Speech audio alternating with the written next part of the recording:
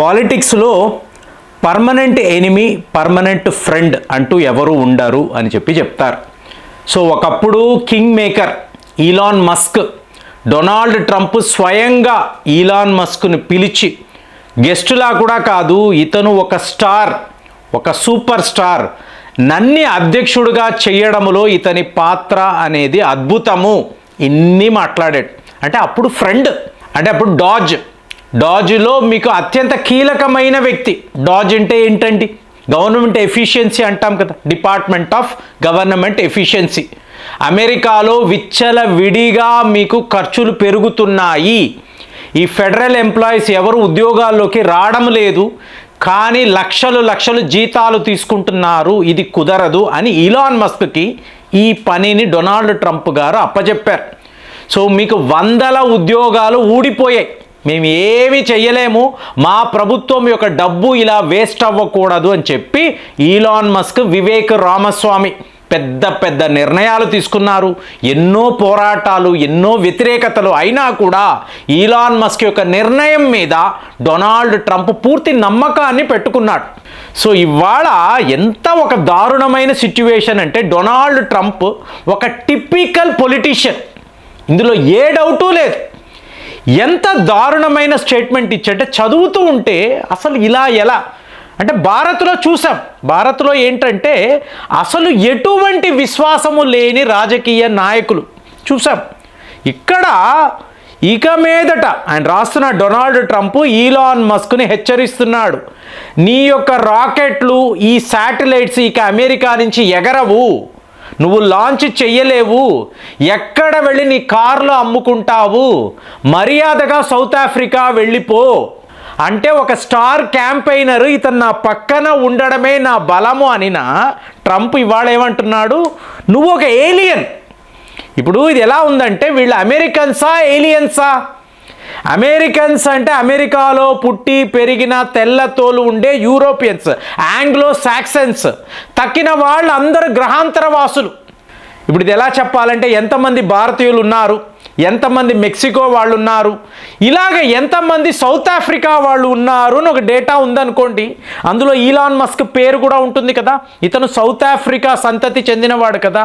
ఉంటే ఏంటి, let us kick him out, I don't need him, Donald Trump చెప్తాడు. అంటే నిన్న అధ్యక్షుడు చేసిందే ఆయన కదా, ఎంతంత ఫండింగ్ అదంతా తర్వాత, ఇప్పుడు నేను అధికారంలో ఉన్నాను కదా, ఎలక్షన్స్లో గెలిచేశాను కదా, ఇంక ఇతనితో నాకేంటి పని?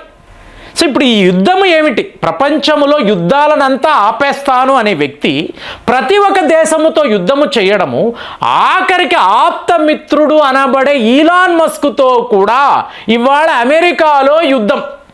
అదేనండి ఇందులో ఉండే విచిత్రము. కాబట్టి ఎప్పుడైనా ఎవరైనా పొలిటీషియన్, రాజకీయవేత్త, నేను నిన్ను నమ్ముతున్నాను, నువ్వు చాలా మంచివాడివి అంటే మీరు జాగ్రత్త పడాలి. సో డొనాల్డ్ ట్రంప్ విషయంలో ఇవాళ ఈలాన్ మస్క్ నేర్చుకున్న గుణపాఠము ఇది. కానీ చూడండి, ఈలాన్ మస్క్ ఒక పని చేశాడు, ఈయన ఇంకా తెలివైన వాడు, అంటే ప్రపంచంలో వెల్దియెస్ట్ పర్సన్ కదా, కాబట్టి ఇంత డబ్బు సంపాదించాను అంటే నాకు ఎంత తెలివితేటలు ఉండాలి, ఇలాంటి ఒక గర్వము. సో ఇప్పటి వరకు డెమోక్రటిక్ పార్టీ వల్లే మీకు ఈ దరిద్రం అంతా. అమెరికా ఇలా అవ్వడానికి డెమోక్రటిక్ పార్టీయే కారణము, ఈ జో బైడెనే దీనికి రెస్పాన్సిబిలిటీ అని చెప్పి ఎలక్షన్స్లో పెద్ద లెవెల్లో క్యాంపెయిన్ చేసిన ఈలాన్ మస్క్ ఇవాళ డెమోక్రటిక్ పార్టీ, ఈ రిపబ్లికన్ పార్టీ ఇద్దరు కూడా దొంగలే, ఇద్దరి వల్లే అమెరికా ఇలా అయ్యింది, మనకు మూడవ పార్టీ కావాలి అని ఒక పేరు, ఇది పరమ చెత్త పేరండి. కుదిరితే అతనికి ఎవరైనా మెసేజ్లు పెట్టండి, పేరు మార్చమనండి, అమెరికా పార్టీ అని చెప్తా. అంటే నేను సౌత్ ఆఫ్రికా నుంచి వచ్చాను, అమెరికాను కాపాడడానికి అమెరికా పార్టీ అని చెప్పి పేరు పెడుతున్నాను అంటే ఇది ఏ లెవెల్లో కూడా అమెరికన్స్ అసలు ఒప్పుకోరు. మోరోవర్ ఫ్రెండ్స్, ఎప్పుడు చూడండి, మీరు ఒక వ్యాపారం అనండి, పొలిటికల్ పార్టీ అనండి, మీరు ఎక్కడ చూసినా కూడా 1, 2 ఉంటుంది. ఇప్పుడు 3 అన్నారు అనుకోండి, వీళ్ళు ఇద్దరూ కలిసి 3ని లేకుండా చేస్తారు. ఇప్పుడు థర్డ్ ఫ్రంట్ అని మీరు ఎక్కడైనా చూసారనుకోండి, విత్ ఇన్ మంత్స్ అది కుప్పకూలిపోతుంది. కాబట్టి భారత్లో చూడండి, మన పాలిటిక్స్లో చూడండి, థర్డ్ ఫ్రంట్ అని చెప్పి ఎన్నో సందర్భాల్లో వీళ్ళు ఫామ్ చేస్తారు. ఎన్నో పార్టీలు కలిసి ఏంటండి కాంగ్రెస్, ఏంటండి బీజేపీ, మనమందరము కలిసి ఒక కొత్త ఫ్రంట్ను పెడదామని పెడతారు. విత్ ఇన్ మంత్స్ ఈ ఫ్రంట్ కుప్ప కూలిపోతుంది, ఎక్కడా ఉండదు. ఇంకా చెప్పాలి అంటే ఆ రోజుల్లో, మేము చదువుకునే రోజుల్లో పెప్సీ అనబడే సంస్థ వచ్చింది కదా. సో పెప్సీ అన్నప్పుడు మీకు వరల్డ్ కప్ క్యాంపెయిన్ పెద్ద లెవెల్లో, మీకు కపిల్ దేవ్ లాంటి వాళ్ళు వాళ్ళ అడ్వర్టైజ్మెంట్లో ఈ క్యాంపెయిన్లో పబ్లిసిటీలో పాలు పంచుకున్నారు. తరువాత కోకోకోలా వచ్చింది. ఇప్పుడు వీళ్ళకి మెయిన్ కాంపిటీటర్ ఎవరు? భారత్లో చాలా ఫేమస్ థమ్సప్. ప్రతి వాళ్ళు థమ్సప్ తాగాలి అని ఆ రోజుల్లో, ముఖ్యంగా మీకు బాంబే అటు యూపీలో. సో ఇప్పుడు థమ్సప్ని ఎదుర్కోవాలి ఎలాగా? స్ట్రాంగ్ బ్రాండ్ కోకోకోలా వాళ్ళు థమ్సప్ కంపెనీనే కొనేశారు. అంటే ఇద్దరే ఉండాలండి, ముగ్గురు అనేవాళ్ళు ఉండకూడదు. ఇది వీళ్ళ ప్లాన్. అలాంటిది ఇవాళ ఈలాన్ మస్క్ ఏం మాట్లాడుతున్నారు?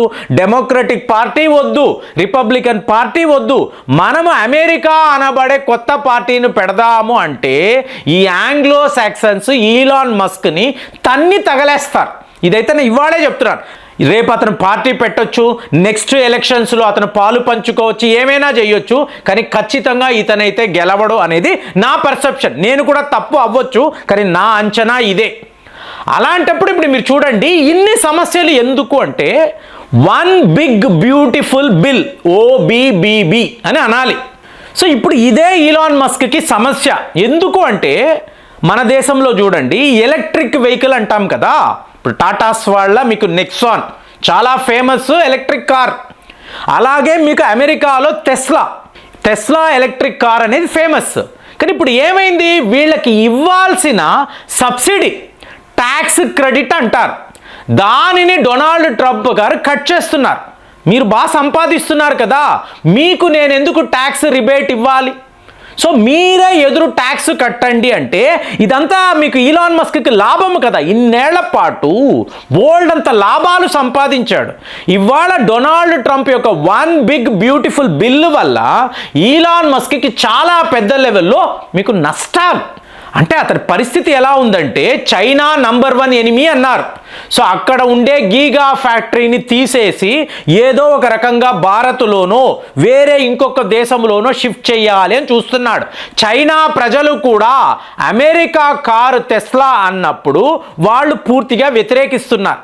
సరే, చైనా ఒక బిగ్గెస్ట్ మార్కెట్ అవుట్. తరువాత యూరోప్ యూనియన్, ఇప్పుడు డొనాల్డ్ ట్రంప్ చేసిన ప్రకటనల వలన యూరోప్ యూనియన్ దేశాలు కూడా 27 దేశాలు, పెద్ద పెద్ద దేశాలు నో టెస్లాన్ వాళ్ళు అన్నారు. ఇక భారత్ అన్నారు అనుకోండి, ఏదో ఒక రకంగా పెనట్రేట్ చెయ్యాలి అని చూస్తున్నాడు. కానీ ఎలాంటి కాంపిటీషన్ ఇక్కడ ఉంటుందంటే మీరు టాటాస్, మహేంద్రాస్ లాంటి పెద్ద పెద్ద కంపెనీస్ని ఎదుర్కోవాలి. అలాగే మీరు చూసారనుకోండి, ఇంకా ఎన్నో ఫారిన్ కంపెనీస్, ఇప్పుడు ఇంకా BMW, మీకు మెర్సిడీస్ బెన్స్లో కూడా ఎలక్ట్రిక్ వెహికల్స్ వచ్చేసాయి. అలాంటిది ఇక్కడ విపరీతమైన కాంపిటీషన్, అంతలా ఇతను అమ్ముకోలేడు. సో ఇప్పుడు ఎక్కడ అమ్మాలి? ఉన్నది ఒక్క అమెరికానే కదా అంటే అక్కడ కూడా మీకు ట్యాక్స్ రిబేట్ని వీళ్ళు తీసేస్తాము అంటే ఈలాన్ మస్క్ యొక్క పరిస్థితి ఏమిటి? ఇప్పుడు ఎదిరిస్తే ఏమంటున్నారు? నువ్వు సౌత్ ఆఫ్రికా నుంచి వచ్చిన వాడివిరా, నీ సంపాదన అంతా మా అమెరికా, ఇక్కడ చూడండి మా అమెరికా అయిపోయింది.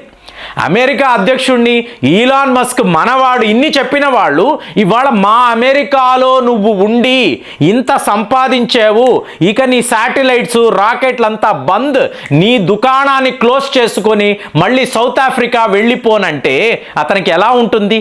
కాబట్టే ఒక రాజకీయవేత్తను మీరు నమ్మేరు అనుకోండి, ఏదో ఒక స్టేజ్లో మిమ్మల్ని ముంచేస్తాడు అని అనడానికి. వరల్డ్ వైడ్ ఇలా జరుగుతుంది. ఇవాళ ఈలాన్ మస్క్కి కూడా ఇదే జరిగింది.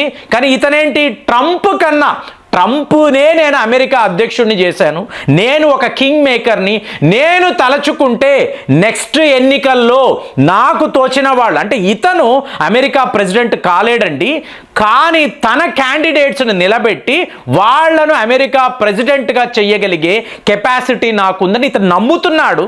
మరి ఈలాన్ మస్క్ యొక్క ఈ నిర్ణయం థర్డ్ పార్టీ ఇది సక్సెస్ అవుతుందని మీకు అనిపిస్తుందా? నేనైతే అవ్వదని ముందే చెప్తున్నాను. మరి మీ ఆలోచనలు ఎలా ఉన్నాయి? అమెరికాలో ఇలాంటి వ్యవహారాలు చూసినప్పుడు ఏంట్రా బాబు ఇదని అనిపిస్తుందా? అనిపిస్తే కామెంట్స్లో రాయండి. మళ్ళీ వచ్చే వీడియోలో కలుద్దాం. జై హింద్.